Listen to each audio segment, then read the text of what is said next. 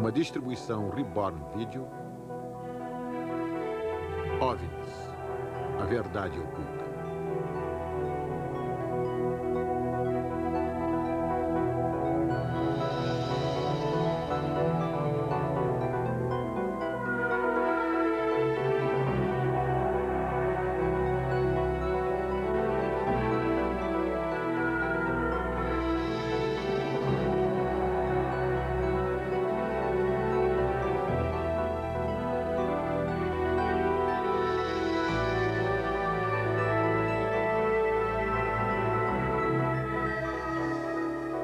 Versão Marshmallow, São Paulo.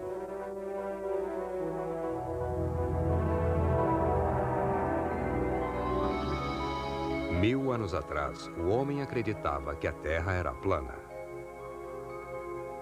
500 anos atrás, o homem acreditava que a Terra era o centro do universo e que o Sol, a Lua e as estrelas todas circundavam a Terra. Há 200 anos, o homem acreditava que era impossível que pedras caíssem do céu, pois não há pedras no céu. Os meteoritos, argumentava-se, não passavam de pedras da Terra que tinham sido atingidas por raios. 100 anos atrás, o homem acreditava que ele nunca poderia voar. O bispo Wright disse que voar era reservado para os anjos. Seus dois filhos, Wilbur e Orville, provaram mais tarde que seu pai estava errado. Há 50 anos, Sir Harold Spencer Jones, o diretor do Observatório de Greenwich, previu que o homem jamais poria os pés na superfície da Lua. It's one small step for man, one giant leap for mankind. Há 30 anos, histórias sobre OVNIs que circundavam o globo aterrissando neste planeta eram consideradas brincadeiras ou alucinações. Apesar disso, mais de 15 milhões de testemunhas, equipadas com fotografias, filmes, fitas de vídeo, registros físicos e dados científicos, provaram de novo que o homem pode estar errado. A maioria das pessoas imagina que os OVNIs sejam exatamente como são retratados em boa parte dos filmes e livros de ficção científica. Claro que essa é uma concepção relativamente recente que foi estimulada talvez por nosso conhecimento crescente do espaço. Mas aparições estranhas surgiram nos céus muito antes dos voos espaciais ou dos voos de qualquer espécie tripulados pelo homem serem possíveis. E em cada século, essas visões adquiriram identidades que falam muito sobre a visão de mundo daqueles que as viram. Alexandre o Grande e seu exército, por exemplo, foram importunados por um par de objetos voadores em 329 a.C. Quase todos os soldados fugiram do local, mas alguns dos mais corajosos ficaram firmes e tentaram atingir os discos com suas flechas e com as pedras de suas fundas. Em 1492, 4 horas antes de descobrir Terra, Cristóvão Colombo viu um objeto muito brilhante vindo do céu, entrar na água e andar lentamente pela água muito próximo ao navio em que ele estava. Esculpido em um símbolo francês cunhado em 1860, há um objeto voador com o formato de um disco que os especialistas dizem que pode ter sido uma homenagem a um OVNI visto durante o dia. O grande astrônomo britânico Edmund Halley, famoso devido ao cometa, também viu uma série de objetos aéreos inexplicados em março de 1716. Um deles iluminou o céu por mais de 2 horas e era tão brilhante que Halley conseguiu ler um texto impresso com sua luz. Houve aparições em 1897 de algo mais leve que um barco aéreo, que tinha propulsores, portinholas e fachos brilhantes de busca direcionados para o chão. Em 1917, ocorreu o que pode ter sido a maior multidão de pessoas a testemunhar um OVNI em Fátima, Portugal. 50 mil pessoas observaram admiradas um imenso disco de prata que começou a girar como um moinho de vento e a dançar no céu. Após mergulhar em direção à Terra, ele subiu de volta ao céu e desapareceu em direção ao Sol. Uma noite, durante o verão de 1948, Clyde W. Tombaugh, o astrônomo que descobriu o planeta Plutão, estava sentado nos fundos de sua casa em Las Cruces, Novo México. Ele e várias testemunhas, inclusive outros membros de sua família, viram uma nave estranha e brilhante movendo-se acima deles. Todas as testemunhas concordaram que o objeto era, sem dúvida, uma nave sólida e que era provavelmente alguma forma de aparelho extraterrestre.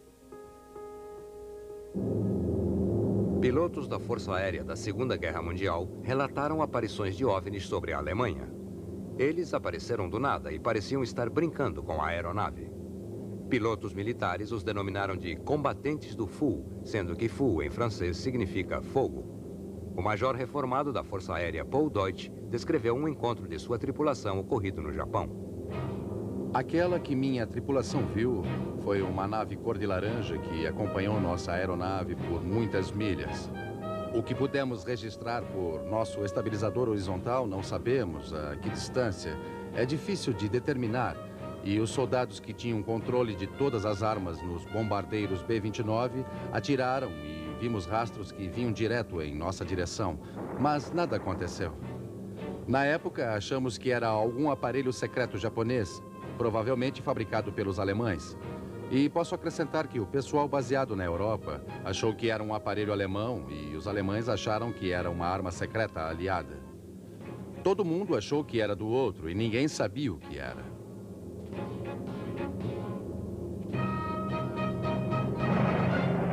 Em 5 de dezembro de 1945, um esquadrão de bombardeiros Vingadores Torpedo, com 14 membros experientes na tripulação, decolaram da Estação Naval Aérea de Fort Lauderdale, na Flórida. Era um voo rotineiro curto. Cada avião estava com o tanque de combustível cheio e as condições de tempo eram excelentes.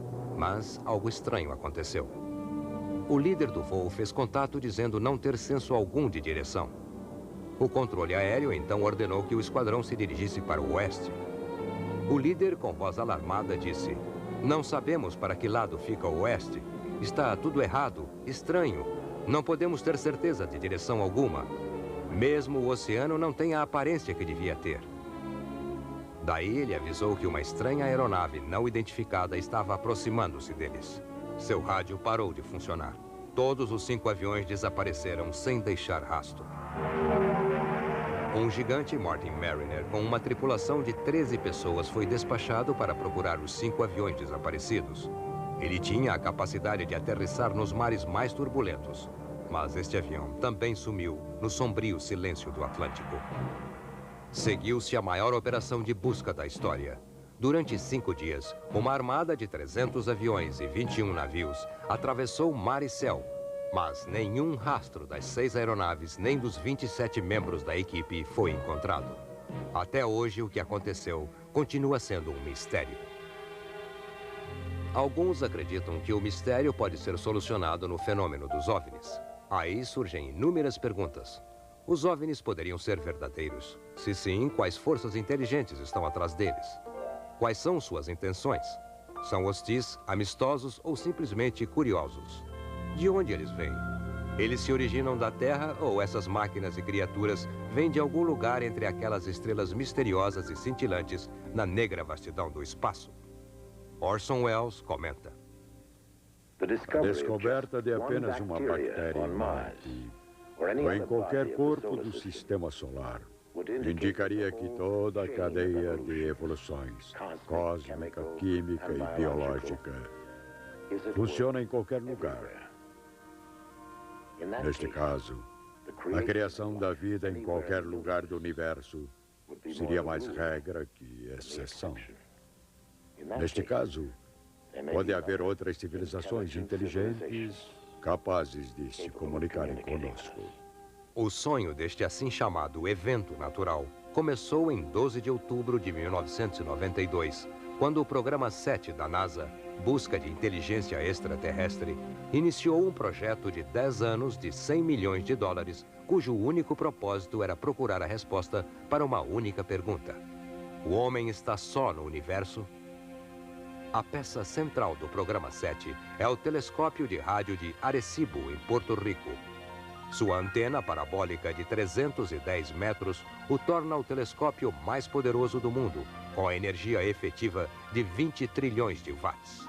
É manipulado por mais de 100 físicos, astrônomos, programadores de computador e técnicos que ficam de olho nos painéis de controle na esperança de descobrir ondas de rádio que foram criadas por seres inteligentes. Mas por que toda essa atenção especial na busca de vida inteligente além da Terra? Alguns argumentariam que é um subproduto daquela que se tornou conhecida como a Era Moderna dos Discos Voadores, que começou em 24 de junho de 1947. Kenneth Arnold, de 32 anos de idade, um homem de negócios de Idaho, pilotava seu avião monomotor sobre as montanhas Cascade de Washington. Arnold conta sua história. Eu tinha atingido a altitude de 3.000 metros quando uma luz muito brilhante iluminou o céu à minha volta, iluminando o avião que eu estava pilotando. E eu pude ver bem à direita quando eu estava chegando perto do Monte Baker. Toda uma cadeia de aeronaves andando a uma incrível velocidade. E eu pude ver muito bem que elas não tinham cauda. Eu jamais vi aviões desse tipo. E fiz um julgamento rápido, que deviam ter aproximadamente 30 metros de envergadura de asas. E que a primeira unidade, a primeira nave, voava a uma altitude maior que a última. E é lógico que esse é o contrário dos nossos padrões de voo normal. Olhei bem para o Monte Adams e tentei cronometrar a velocidade delas, entre as montanhas daqui e o Monte Adams. Arnold estimou a velocidade do avião em impressionantes 2.720 km por hora, quase 3 vezes mais rápido do que qualquer jato de que ele já havia ouvido falar. Um repórter lhe pediu para descrever os objetos misteriosos. Eles sumiam, navegavam e emitiam flashes. Pegue um pires e jogue dentro d'água e ele anda a esmo. Era assim que o disco voador principal se movia. Isso foi no dia 24 de junho de 1947, que marcou o início do que é conhecida como a Era Moderna do Disco Voador.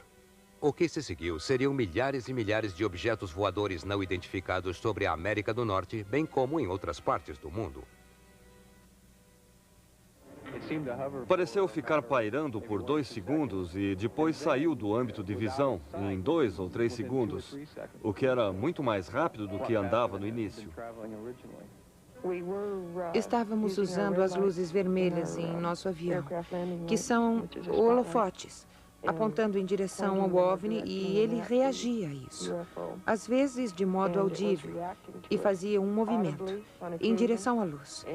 Quando desligávamos a luz, ele voltava à sua direção original e ficava parado, de novo, mas ele reagia à luz. Eu julguei que tivesse no mínimo 50 metros de altura. Tinha formato de disco voador, com uma cúpula alta e algo muito brilhante embaixo, com um acabamento como se fosse de porcelana. E eu recebi um choque tremendo pelo corpo todo. Meu cabelo ficou eriçado e eu tinha a sensação de eletricidade estática nos pelos dos braços e na minha cabeça. Pensei que fosse o dia do juízo final. Ele estava na frente da porta, gritando para que eu saísse. Vamos sair antes que nos pegue. Quando olhei, estava escuro como breu, e a essa altura, ele me segurava e gritava comigo. O que fez com que eu gritasse mais. Eu estava histérica, se é que posso explicar como eu estava. E ele dizia para que eu tirasse as crianças dali, senão ele ia nos pegar, mas eu não via nada. Olhei de novo e de repente vi uma luz brilhante. E ainda não sabia o que estava vendo. Sei que isso o assustou, mas quando vi o que ele estava olhando, achei melhor atendê-lo. Fui até o corredor, peguei minha filha e saí pela porta da frente. Ele já tinha pegado nosso filho. Quando ele voltou pela segunda vez, achei que a morte havia chegado, que era o fim. E logo que tocou no chão, iluminou toda a área. Não podíamos ver dentro, mas via-se o contorno de todo o objeto.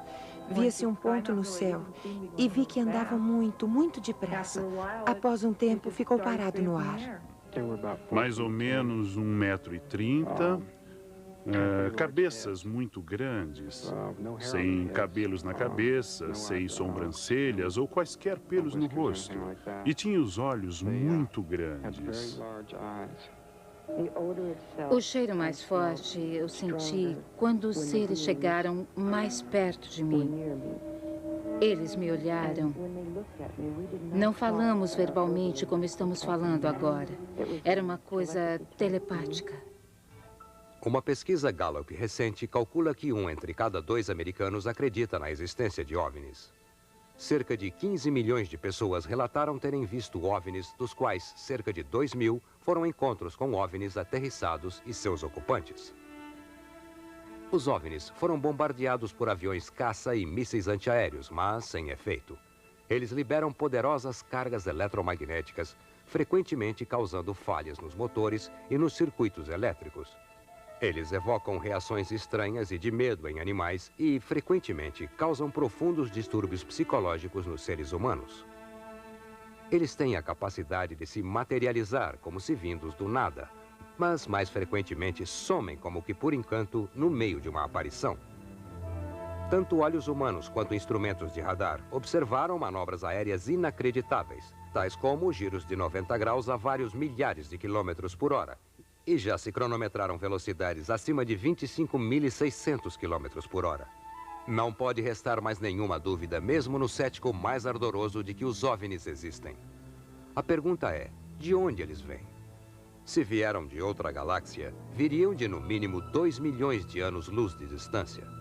Mesmo viajando à velocidade da luz, 298 mil quilômetros por segundo, levariam 2 milhões de anos para chegarem aqui.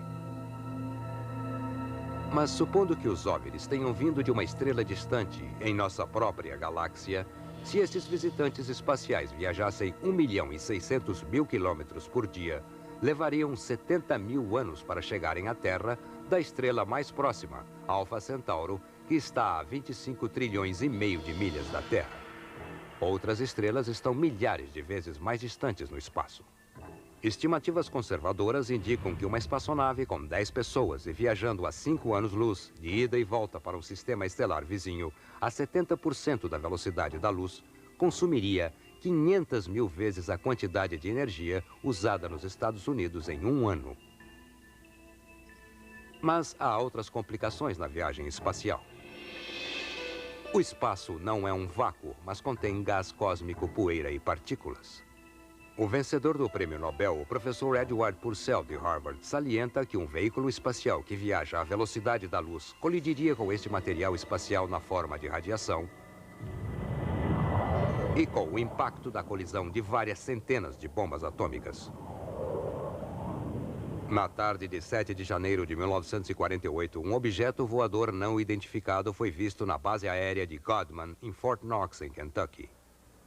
A torre da base enviou 4 jatos F-51 para investigar. O líder do voo, capitão Thomas F. Mantell, relatou ter visto um objeto às 15 horas e 15 minutos. Ele se separou da formação em perseguição ao objeto.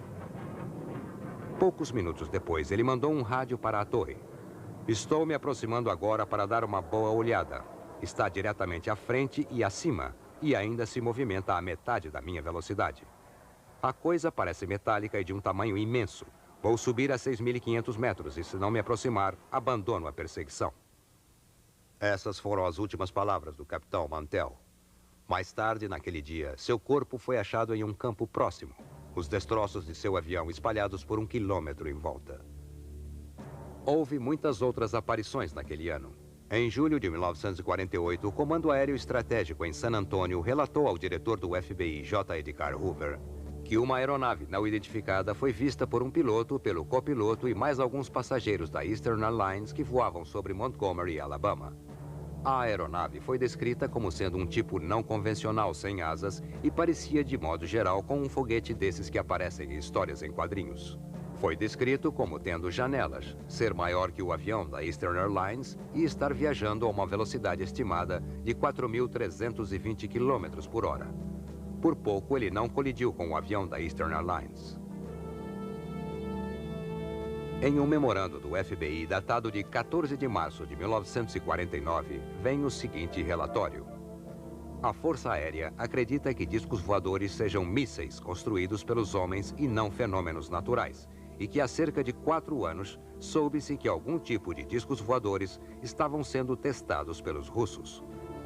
Determinou-se posteriormente que a maioria dos discos voadores vistos por pessoas nos Estados Unidos aproximaram-se deste país vindo da direção norte e voltando na mesma direção, indicando a forte possibilidade de terem vindo da Rússia.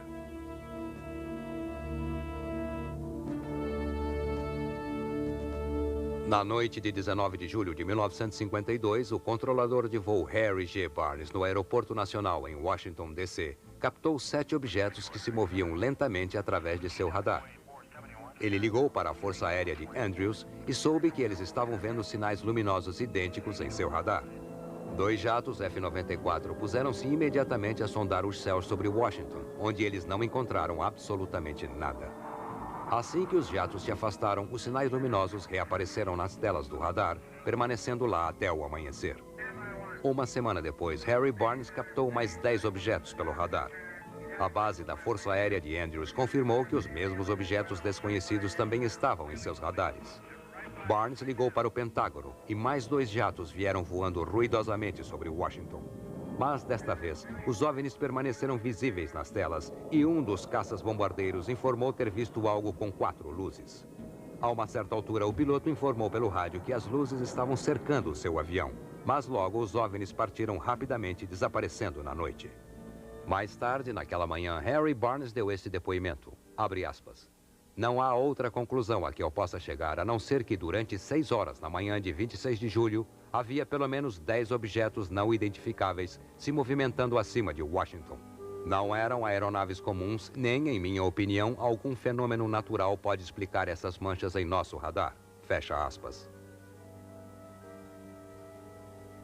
O Pentágono foi inundado de perguntas por parte da imprensa e o presidente Harry Truman pediu ao secretário de Defesa Florestal que descobrisse o que estava acontecendo na Terra ou fora dela. Em 27 de outubro de 1952, o FBI divulgou este memorando. A inteligência aérea ainda crê que os discos voadores sejam ilusões ópticas ou fenômenos atmosféricos, mas alguns oficiais militares estão considerando seriamente a possibilidade de existência de naves interplanetárias. O jornalista e investigador Frank Edwards, autor de Discos Voadores, um Assunto Sério, fez o seguinte comentário. Este é o comunicado de Frank Edwards. Se são reais ou não os discos voadores oficialmente chamados de objetos voadores não identificados. Em 24 de dezembro de 1959, o inspetor-geral da Força Aérea notificou a todos os comandantes da base aérea que os discos voadores eram um problema sério. O governo dos Estados Unidos transmitiu ordens aconselhando os militares como reconhecer os OVNIs, como se comunicar caso os vissem e como lidar com seus fragmentos. A extensão deste fenômeno, lenta mas seguramente, tornou-se de conhecimento público através de uma montagem paciente de partes das provas, na medida em que se tornavam disponíveis, pesando os depoimentos resguardados dos cientistas e das agências militares envolvidas no estudo de objetos voadores não identificados. Veremos que são realmente um assunto sério. A variedade de testemunhas de OVNIs é interminável. Incluem pessoal militar da Força Aérea, Marinha e Corpo de Fuzileiros, especialistas de radar, engenheiros aeronáuticos, controladores de tráfego aéreo, astrônomos, agentes do FBI, Polícia Estadual e Municipal, pilotos e tripulação da American, United, Eastern, Pan American, Northwest, Western e TWA também constam da lista de testemunhas. Milhões no Reino Unido, França, Austrália, América do Sul, México e outras nações pelo mundo todo viram OVNIs. Durante 18 anos, o falecido Dr. J. Allen Hynek comandou a investigação de OVNIs da Força Aérea, chamada de Projeto Livro Azul, e foi reconhecido como a maior autoridade mundial em OVNIs. Após compilar no computador cerca de 63 mil aparições, ele declarou: O fenômeno dos OVNIs é, sem dúvida, um fenômeno de nossos tempos. É extremamente enigmático e exige uma grande variedade de opiniões. Independente do que se pense sobre OVNIs, independente do que se creia, que seja absurdo ou que represente algo muito real, 3 fatos se sobressaem, 3 fatos que ninguém pode negar. O primeiro é que relatos sobre OVNIs existem. O segundo é que relatos sobre OVNIs vêm do mundo inteiro. E o terceiro é que muitos são feitos por pessoas altamente responsáveis e que muitas vezes têm preparo científico. Nós, cientistas, não temos provas positivas da origem nem da realidade destas estranhas naves. Mas sabemos que os relatórios são muito reais. Para achar a resposta para este magnífico enigma científico, o fenômeno dos OVNIs, temos que fazer uma abordagem com a mente aberta para podermos explorar todas as explicações possíveis. Entre aqueles que alegaram ter visto OVNIs estava o senador Barry Goldwater, que disse, abre aspas, discos voadores, objetos voadores não identificados ou como quer que queiram chamá-los, são verdadeiros, fecha aspas. O astronauta Gordon Cooper disse, abre aspas, acredito que esses veículos extraterrestres e suas tripulações estejam visitando este planeta oriundos de outros planetas, que obviamente são muito mais adiantados tecnicamente que nós na Terra, fecha aspas. O príncipe Philip da Inglaterra é um fanático por discos voadores. Ele faz meticulosamente gráficos de todas as aparições importantes de discos voadores em um mapa de parede gigantesco no seu estúdio particular no Palácio de Buckingham. O general Douglas MacArthur foi o comandante supremo de todas as forças aliadas no Pacífico Sul durante a Segunda Guerra Mundial.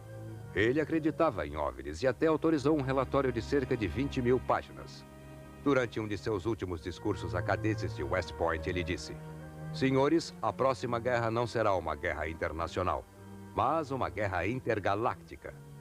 Ele acreditava não apenas que os OVNIs existiam em outros planetas, mas também que eram hostis. Em uma noite de outono de 1969, o governador da Geórgia, Jimmy Carter, preparava-se para um discurso na pequena cidade de Leary, quando ele viu um objeto brilhante no céu ocidental. Carter descreve sua experiência. Estávamos em cerca de 20 pessoas na frente de um pequeno restaurante, se não me engano. Um desses locais de almoço. Quando uma espécie de luz verde apareceu no céu a leste. Creio que foi logo ao entardecer. E cada vez ficava mais e mais brilhante, até desaparecer. Não era uma substância sólida, mas uma luz muito estranha. Nenhum de nós entendeu o que era. O ex-presidente Ronald Reagan fez declarações relativas aos OVNIs em 18 ocasiões diferentes enquanto ocupava a presidência. Este é um trecho de um de seus discursos. Eu sempre me pergunto, e se todos nós, no mundo, descobríssemos que estávamos sendo ameaçados por um poder externo vindo do espaço, de outro planeta, de repente, não descobriríamos que não temos diferenças entre nós? Depois de deixar a Casa Branca, Reagan admitiu ter visto um OVNI enquanto era governador da Califórnia. Ele estava a bordo do avião do governador na época. Sua esposa Nancy, bem como várias outras pessoas, também o viram e o descreveram como um OVNI verde e brilhante. Eles o perseguiram por umas 300 milhas antes que ele desaparecesse do raio de visão do avião. Em 7 de novembro de 1975, um alarme disparou na base da Força Aérea de Malmstrom, em Montana, local de instalações de lançamento de mísseis Minuteman. Um time de alerta de sabotagem foi imediatamente para o local, onde viu um disco laranja brilhante do tamanho de um campo de futebol pairando sobre a área. Ele começou a se erguer e o radar do Comando de Defesa Aérea norte-americano o captou quando ele alcançou a altitude de 300 metros. 2 caças-bombardeiros F-106 foram despachados de Great Falls, Montana, para interceptar a aeronave. Mas antes dos caças chegarem, ela desapareceu das telas do radar. No dia seguinte, houve mais aparições, tanto visuais como por radar, sobre a base. Cada vez que os jatos penetravam na área, os OVNIs desligavam suas luzes, reaparecendo somente após os jatos terem partido. Nos 8 meses seguintes, 130 relatos semelhantes foram registrados no diário da base e no condado vizinho. Um dos primeiros e mais ilustres estudiosos de OVNIs foi Donald E. Keyhoe, um bacharel da Academia Naval e major reformado do Corpo de Fuzileiros. Em uma publicação de janeiro de 1950 da revista True, ele escreveu um artigo de grande alcance sobre os OVNIs. O artigo causou uma sensação instantânea e tornou-se um dos artigos mais amplamente lidos e discutidos do dia. Ele alegava que nenhuma de suas fontes de alto nível falaria sobre OVNIs, o que ele considerava como uma prova poderosa de que algo tremendamente importante estava sendo acobertado. Isso não vem do porta-voz da Força Aérea, nem do porta-voz do projeto. Eles simplesmente estão seguindo ordens. Essas ordens mandavam dar evasivas quanto a todas as aparições de OVNIs o mais rápido possível, assim que se tornassem públicas, negando que OVNIs realmente existam. Não estamos escondendo nada. As investigações são feitas públicas. As explicações, quando elas existem, foram tornadas públicas. Mais tarde, ele se tornou diretor do Comitê de Investigação Nacional sobre Fenômenos Aéreos, onde ele interrogou muitas agências do governo acerca do possível envolvimento ou conhecimento que tinham sobre os OVNIs. Segue um trecho de uma carta do FBI em resposta a uma das indicações do Major Keyhoe. Em resposta à sua carta de 22 de setembro de 1958, este departamento não tem informação sobre objetos voadores não identificados que possa ser divulgada. Isto não significa que este departamento tenha informações relativas a objetos voadores não identificados que não possam ser divulgadas. Possíveis comunicações com veículos extraterrestres de outro planeta, caso o objeto voador não identificado prove ser extraterrestre, não é função do Federal Bureau of Investigation. Assinado John Edgar Hoover, diretor do FBI.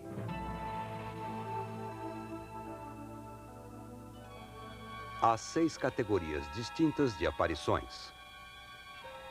Encontros imediatos de primeiro grau, que se referem apenas à visão de um objeto não identificado.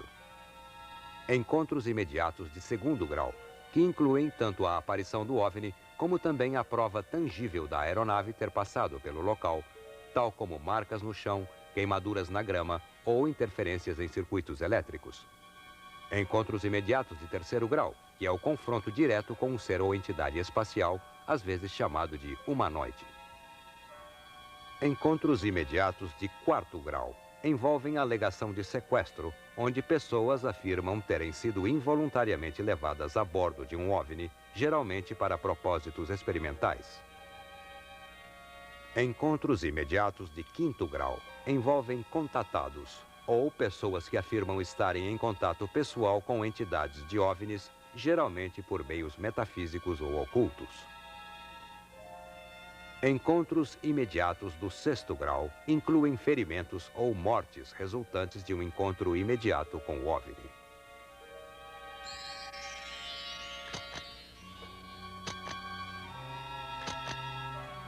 Uma das maiores ondas de aparições de OVNIs na história moderna ocorreu em 1965, com mais de 500 casos relatados durante apenas os meses de verão. Um destes casos foi perto de Ann Arbor, Michigan, onde 50 pessoas e 12 policiais em 3 condados relataram ter visto objetos brilhando e cruzando os céus antes do amanhecer.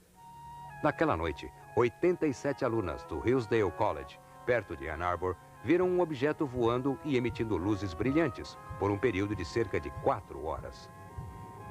A revista Life disse: "Chamem-nos como quiserem, discos voadores, objetos voadores não identificados ou ilusões ópticas. Eles estão de volta e foram vistos por mais pessoas que nunca." Na semana passada, as manifestações pareciam quase ter alcançado as proporções de uma invasão. Em Washington, o líder da minoria da Câmara dos Deputados, Gerald Ford, solicitou uma investigação minuciosa. Assim, as primeiras audiências do Congresso sobre os OVNIs começaram com uma sessão de portas fechadas em 5 de abril de 1966. Chegaram à conclusão de que uma universidade importante receberia a tarefa de pesquisar os fenômenos dos OVNIs. A tarefa foi dada à Universidade do Colorado, e Edward Condon, professor de física, seria o diretor do grupo. Após muitas pesquisas, um relatório de 1.465 páginas foi elaborado por 36 autores a um custo de mais de $500 milhão. O relatório foi sumariado na seção intitulada de Conclusões e Recomendações. Ele afirma que: "Nossa conclusão geral é que nada surgiu do estudo de OVNIs nos últimos 21 anos que acrescentasse alguma coisa ao conhecimento científico. Uma consideração cuidadosa dos registros nos leva a concluir que amplos estudos posteriores sobre OVNIs provavelmente não se justificam em caso de haver a expectativa de que, através deles, ocorra um avanço da ciência." Em 17 de abril de 1966, os xerifes Dale Spower e Wilbur Neff acabavam de investigar um acidente quando perceberam um objeto luminoso a 300 metros acima do chão, a leste de Ohio. Eles então começaram uma perseguição a uma velocidade de aproximadamente 135 km por hora. Um terceiro policial, Wayne Houston, estava ouvindo o rádio e se juntou à perseguição. 126 quilômetros depois, eles pararam em um posto de gasolina para abastecer, onde encontraram o patrulheiro Frank Panzanella, que também estava atrás do OVNI. Os policiais ficaram juntos, olhando o objeto pairar a leste. A essa altura, o objeto dirigiu-se para cima em grande velocidade e desapareceu. O projeto Livro Azul foi chamado para investigar. A versão oficial da Força Aérea foi de que ao menos 5 policiais experientes, um deles um veterano de tripulação aérea, realizaram uma perseguição veloz de muitas horas ao planeta Vênus.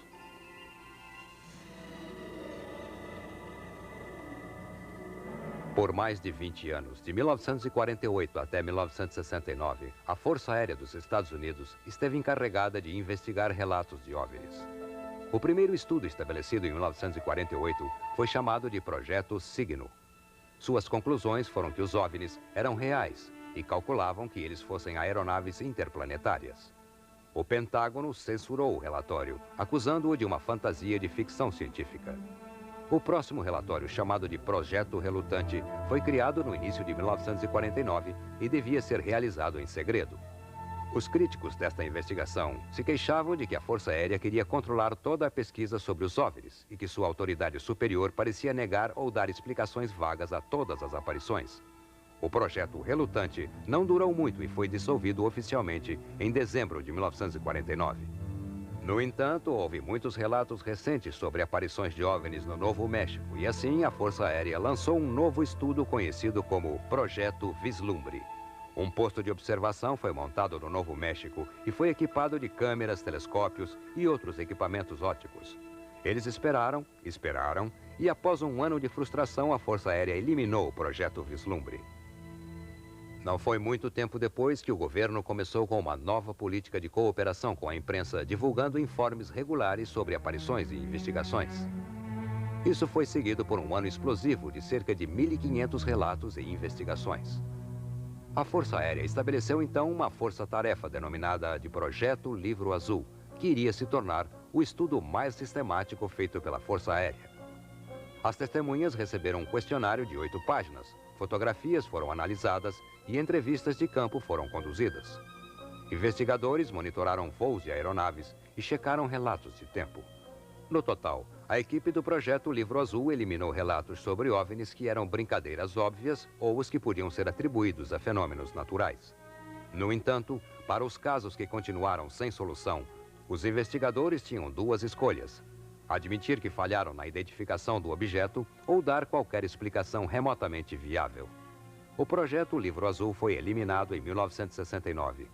Ele concluía que pouco, se é que alguma coisa, originou-se do estudo dos OVNIs e que a explicação menos provável sobre os OVNIs é a hipótese de visita a extraterrestres por seres inteligentes. Na noite de 25 de outubro de 1973, um jovem fazendeiro da Pensilvânia, Stephen Pulaski, e no mínimo 15 outras testemunhas viram um objeto brilhante pairando sobre um campo perto deles. Stephen agarrou seu rifle e foi investigar. Foi então que ele notou algo andando perto da cerca. Eram cabeludos e estavam armados. Tinham olhos esverdeados e profundos e havia um cheiro de borracha queimada. Stephen sentiu que aquelas criaturas não eram amistosas e atirou um projétil luminoso sobre suas cabeças. E como elas continuassem a se aproximar, ele atirou diretamente em uma delas. As criaturas então desapareceram no bosque e o objeto brilhante sumiu do campo instantaneamente. Os pesquisadores de OVNIs, assim como tropas estaduais, foram chamadas para investigar. Quando eles chegaram, foram informados de que Stephen andava rosnando como um animal e sacudindo os braços. O seu próprio cão correra para cima dele e Stephen o atacara. Stephen sofreu um colapso e, depois de um tempo, começou a recobrar a razão. Todo o grupo comentava sobre o odor repugnante que havia, parecido com enxofre. Uma das mais antigas referências a uma espaçonave é provavelmente a que foi achada em uma narrativa egípcia de 1500 anos antes de Cristo. Uma das características desta nave era a de emanar um odor fétido. Terror em Amityville foi baseado em uma narrativa real do que aconteceu a uma família em Amityville, Nova York. Um odor irritante e repugnante parecia acompanhar a presença do fantasma ou entidade espiritual que entrava lá de tempos em tempos. Whitley Strieber descreveu suas experiências de raptos em seu livro Comunhão. Ele disse que sentia o cheiro da presença deles e que era cheiro de enxofre. Em 11 de outubro de 1973, Charles Hickson e Calvin Parker estavam pescando quando uma nave de aparência estranha desceu e ficou pairando perto deles. Parker desmaiou e Hickson ficou paralisado, mas conseguiu continuar observando o que estava acontecendo. Duas entidades emergiram da nave e pegaram Hickson pelos braços e o carregaram para dentro da nave, onde ele foi totalmente examinado. Depois, ele foi levado de volta para onde estavam pescando às margens do rio. Quando os dois pescadores foram à delegacia contar sua história, eles foram interrogados e depois deixados a sós em uma sala que tinha um microfone escondido. A gravação da conversa deles revelou que ambos estavam muito assustados com a experiência. O trauma emocional fora tão grande para Parker que depois que Hickson saiu da sala, ele começou a orar. Ele acabou tendo um colapso nervoso como resultado da experiência. Na primavera de 1959, OVNIs causaram pânico no pessoal do radar e da Força Aérea Soviética, pairando e circulando por mais de 24 horas acima de Sverdlovsk, o quartel-general do Comando Tático de Mísseis. Pilotos russos de caças receberam ordens de alçar voo para afugentar os OVNIs, mas posteriormente comunicaram que os objetos alienígenas escaparam facilmente com manobras de seus jatos e zigue-zaguearam para evitar os tiros de suas metralhadoras. A espaçonave russa Salyut 6 voltou para a Terra em 1978, depois de 96 dias em órbita. Eles relataram sobre uma formação de OVNIs que os seguiram de perto durante 3 órbitas completas em torno do globo. Uma de suas câmeras captou 20 minutos de um filme incrível sobre este encontro. Segundo um acordo prévio mútuo, os russos enviaram cópia deste filme para ser analisado nos Estados Unidos. Depoimentos não oficiais da NASA afirmam que é o melhor filme jamais feito sobre OVNIs. A maior autoridade russa em OVNIs, o Dr. Felix Ziegel, alega que os OVNIs podem ter assustado, molestado e possivelmente até matado cosmonautas russos em suas missões. 25 segundos. 20 segundos. Contando. 15 segundos. 12. 11. 10. 9. Iniciar sequência de ignição.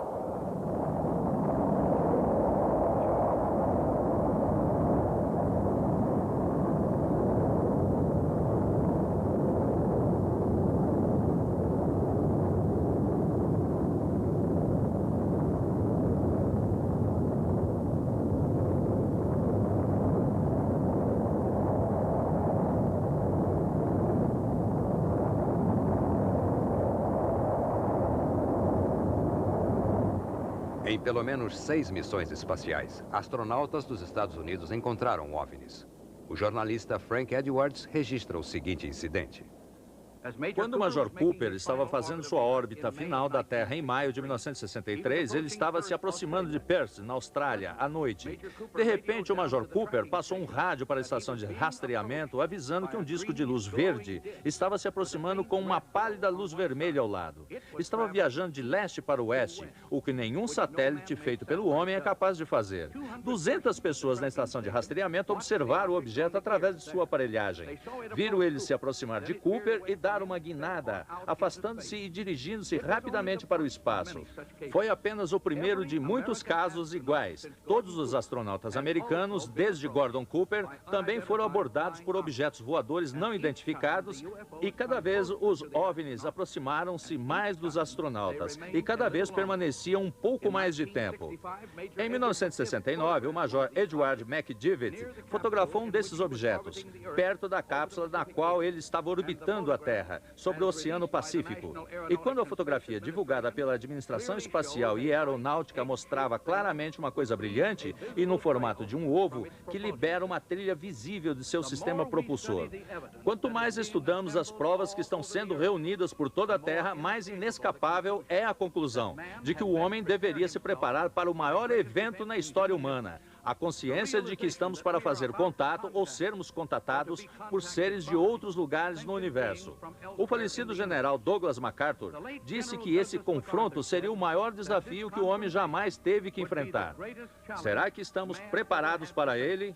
Quando e se ele vier? Relatório de Frank Edwards. Frank Edwards reporting. As Gemini 5, 10 e 11 tiveram encontros semelhantes. O astronauta Edgar Mitchell estava tão convencido da existência de OVNIs que se aposentou do Programa Espacial dos Estados Unidos para se dedicar em período integral à investigação dos OVNIs. Durante nossa primeira missão à Lua, o controle da missão registrou a seguinte transmissão de ruídos estranhos que foram ouvidos na espaçonave Apollo 11.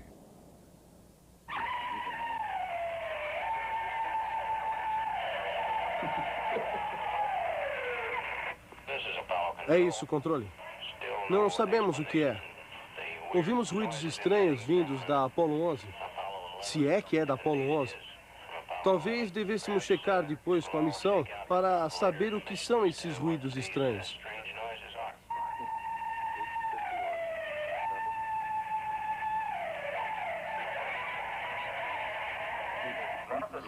Disse que os OVNIs interferem nos programas espaciais americanos desde o início.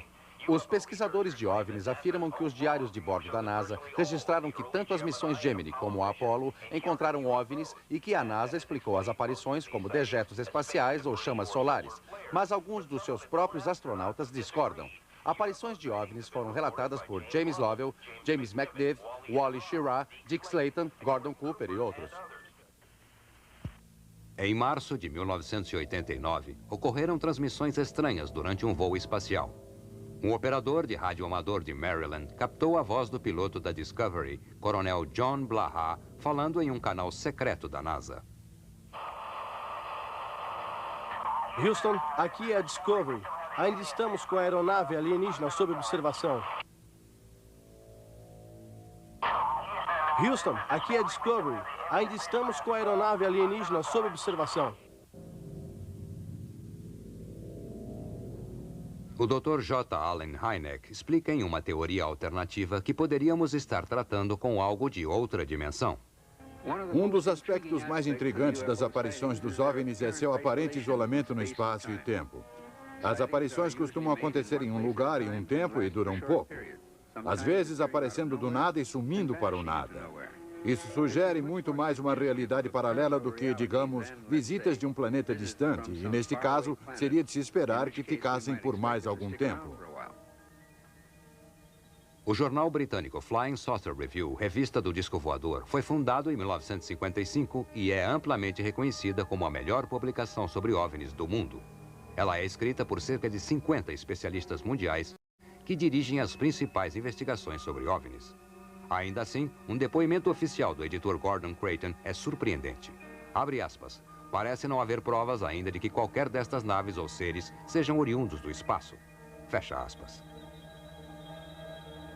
Encontros imediatos do quarto grau são de longe os mais assustadores. Daqueles que afirmam ter sido sequestrados por alienígenas e levados contra sua vontade, talvez o caso mais famoso tenha sido o de Betty e Barney Hill.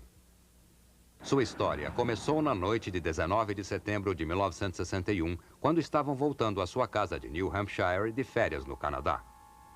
Eles viram um ponto distante de luz que parecia se mover a esmo. Quando se aproximou, a luz se tornou mais intensa. Betty Hill se recorda. Essa nave surgiu do topo da montanha. Saiu da rodovia e parou no meio do ar. Barney pegou o binóculo e saiu do carro, tentando identificar a nave.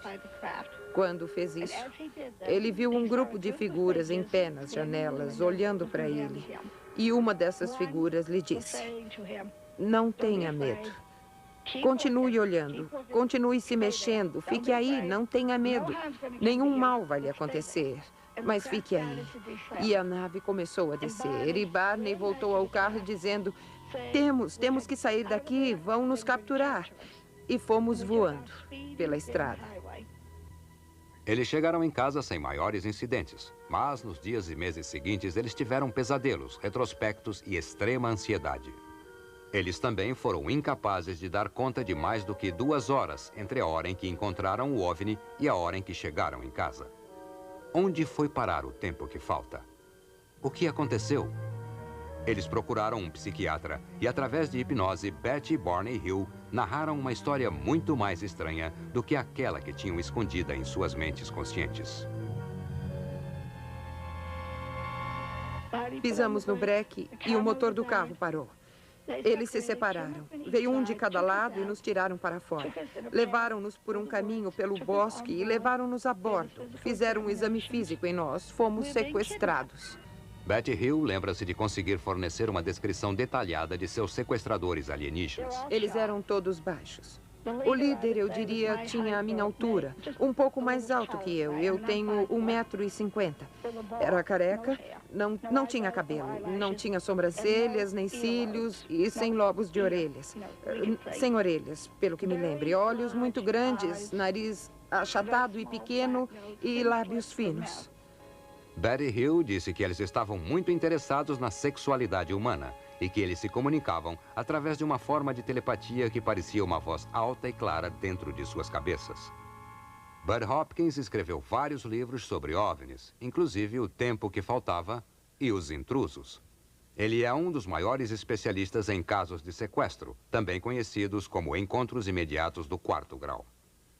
Agora chegamos à conclusão que, com sequestros, há envolvimento com seres humanos, que este é o centro de todo o fenômeno OVNI. E, na realidade, quando as pessoas veem OVNIs, é muito possível que elas estejam vendo algo que está a caminho ou chegando de um sequestro.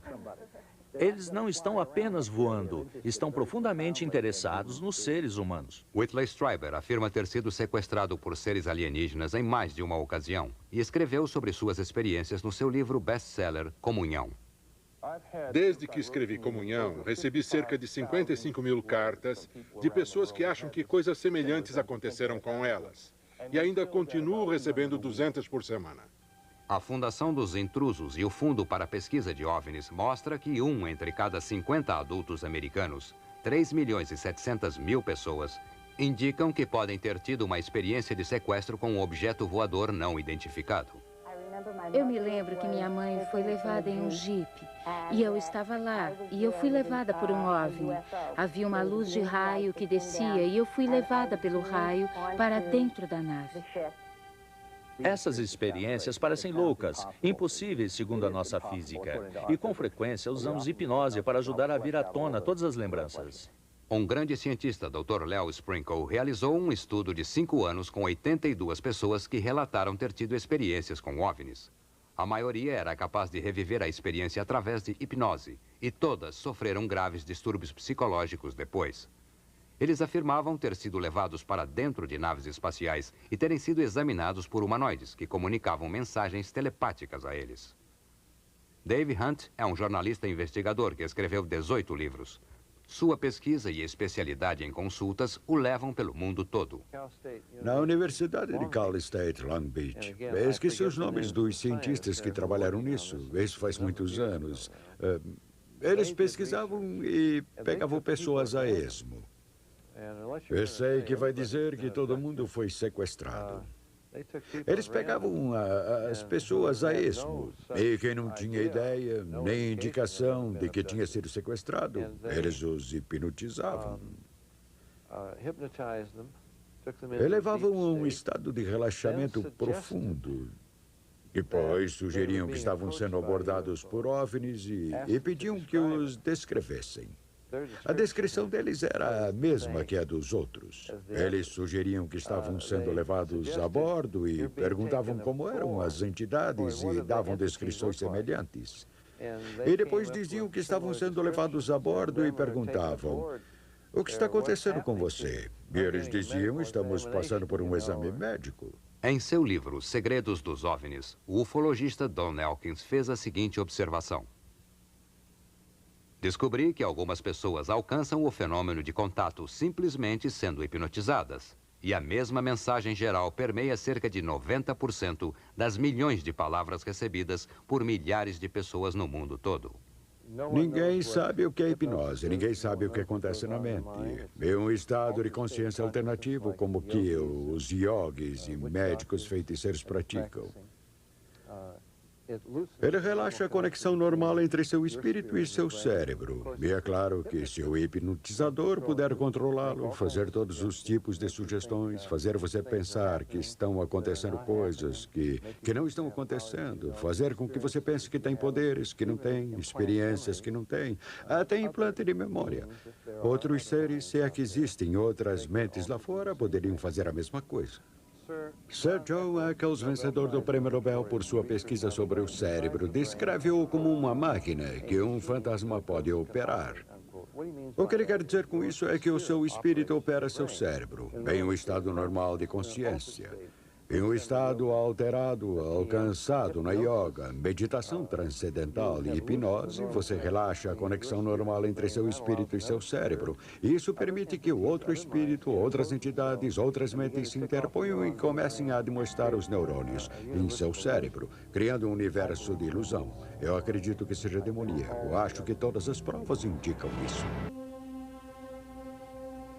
Algumas pessoas afirmam que, permitindo ser colocadas em transe hipnótico, elas estão agindo como um aparelho de transmissão, através do qual um ser extraterrestre pode falar.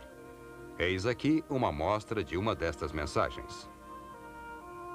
Viemos da Confederação Interplanetária dos Sistemas Solares e nosso propósito é ajudar nosso irmão homem no planeta Terra para o início da nova era.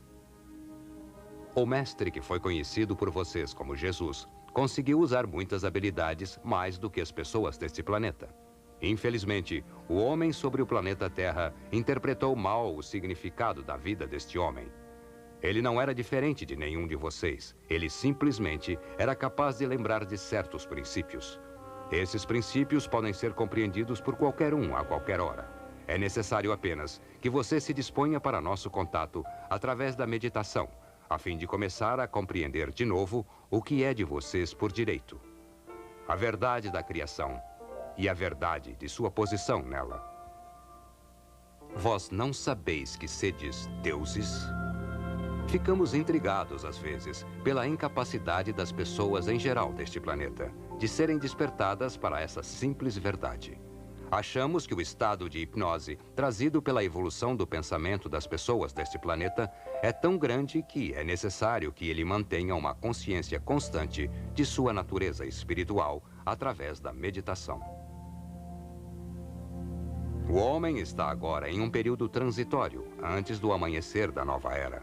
Com paz, amor, irmandade e compreensão por parte do homem, ele verá uma grande nova era começar a surgir.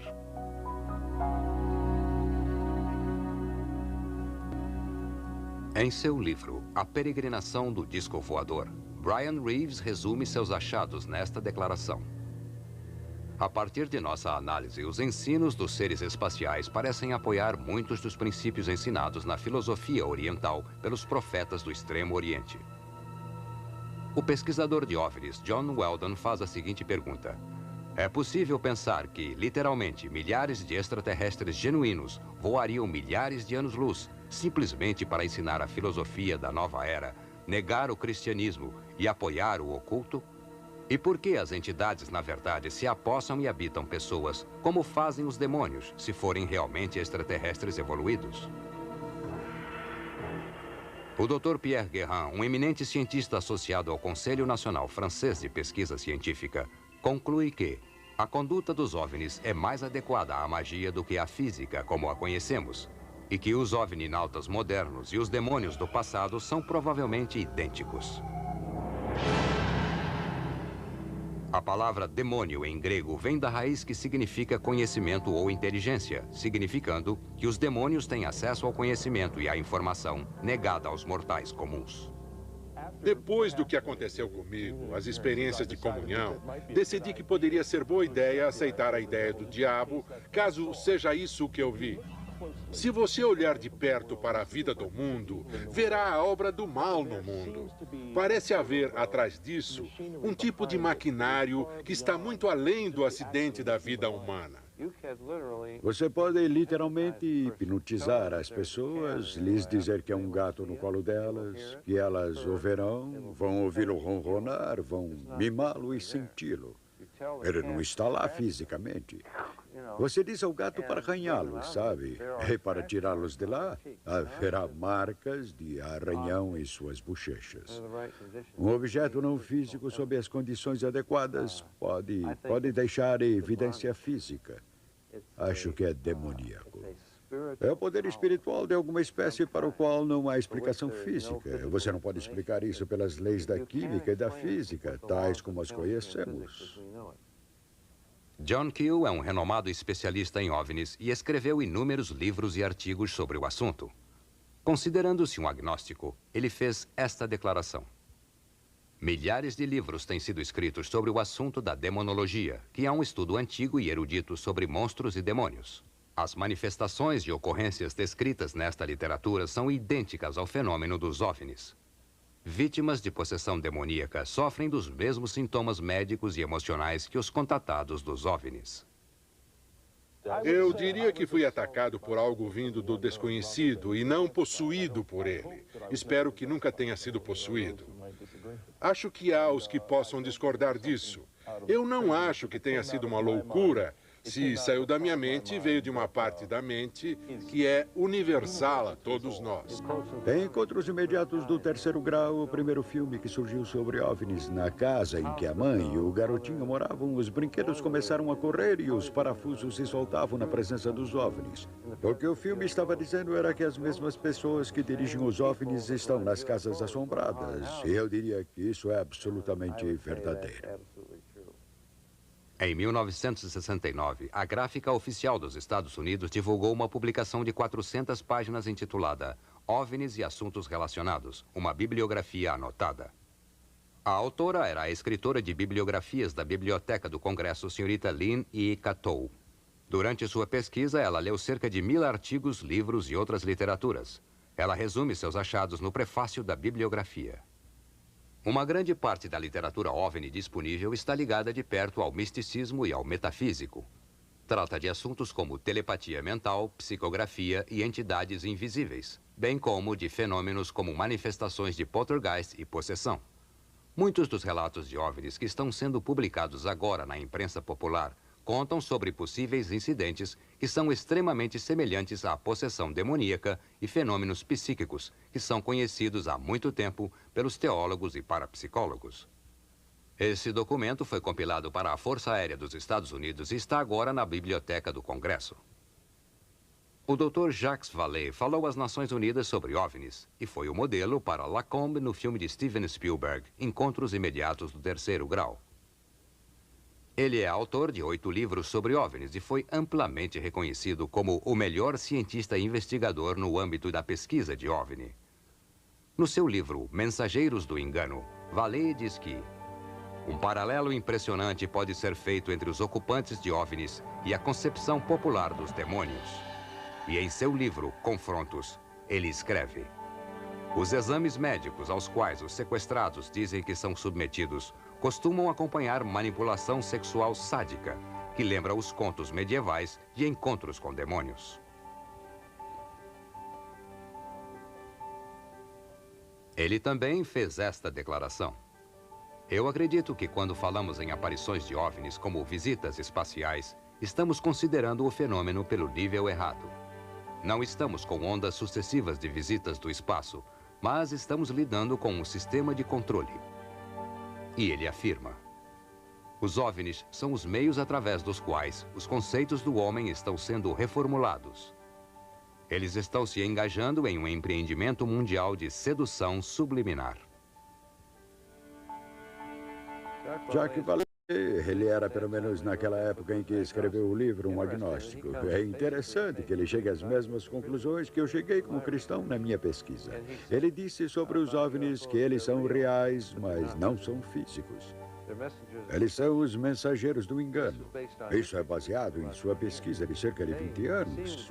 Eles parecem estar nos preparando psicologicamente e nos armando uma fraude que é horrível demais até para imaginar. Eu concordaria com isso.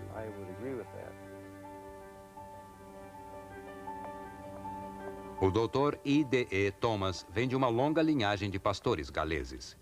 Ele é atualmente o pastor titular da primeira igreja batista de Maywood, Califórnia, e escreveu vários livros que tiveram ampla circulação. No seu livro, A Conspiração Ômega, o Dr. Thomas explica os fenômenos de objetos voadores não identificados e oferece uma explicação que poderia identificar seres que os operam.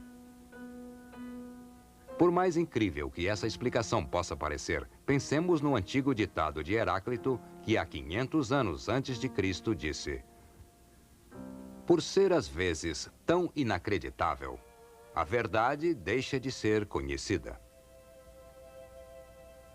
A resposta a tudo isso e a solução deste enigma cósmico pode ser achada no antigo livro de Gênesis. No capítulo 6 contam-nos um evento realmente surpreendente e bizarro. Os filhos de Deus viram as filhas dos homens e viram que eram lindas. E sentiram luxúria por elas, e casaram-se com elas e tiveram filhos com elas. Nos últimos 500 anos, a maioria dos eruditos, inclusive os evangélicos, interpretaram os filhos de Deus como os bons filhos de Sete, e as filhas dos homens como as filhas más de Caim. Eles adotaram essa interpretação porque a outra é muito bizarra e estranha. A interpretação antiga e, na minha opinião, a correta, é que os filhos de Deus eram seres demoníacos, anjos caídos, e que desceram à terra e sentiram luxúria pelas filhas dos homens. Casaram-se com elas e produziram esta progenie surpreendente, essa progenie híbrida dos nefílias. E a própria palavra nefílias não significa gigantes. Vem da raiz nefal, os caídos. Os antigos pais cristãos, nos primeiros 4 séculos, homens como Irineus, Tertulião, Ambrose, durante 400 anos não conheceram outra interpretação, exceto que a de que os filhos de Deus eram seres angélicos. Joséfos, um historiador judeu cosmopolita, diz o mesmo. Lemos isso no livro de Jó, que quando Deus fez a fundação da terra, os filhos de Deus gritaram de alegria.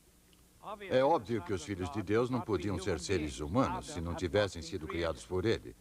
Se esse fosse o caso de casamentos mistos entre homens bons e mulheres más, é, na verdade, surpreendente que Deus tenha feito o julgamento que ele fez. Deus tomou a si a ação de acabar com a raça humana. E a única família que foi deixada intacta para reestabelecer e repovoar um novo mundo foi a família de Noé. Soubemos que Noé era perfeito em suas gerações. A palavra perfeito não significa, neste caso, moralmente perfeito, pois sabemos da história de Noé, especialmente pelo que aconteceu depois do dilúvio, que Noé não era perfeito. Isso significa, então, que como o bezerro para o sacrifício pascal, esse bezerro tinha que ser imaculado, fisicamente puro, sem máculas. Esse parece ter sido o caso de Noé. A única família que permaneceu não contaminada por esses seres estranhos que apareceram do espaço. A única linha que era pura e limpa do ponto de vista de Deus para começar um novo mundo e uma nova civilização. Jesus disse, como nos dias de Noé, assim será nos dias da vinda do Filho do Homem. Dentre todos os patriarcas e profetas do Velho Testamento, a chave da profecia, acima de todas as outras, é Noé. E algo aconteceu nos tempos de Noé, algo que era uma característica distinta do seu tempo, que não aconteceu nem antes nem depois. Guerras, fomes, pestilências e desastres naturais sempre aconteceram.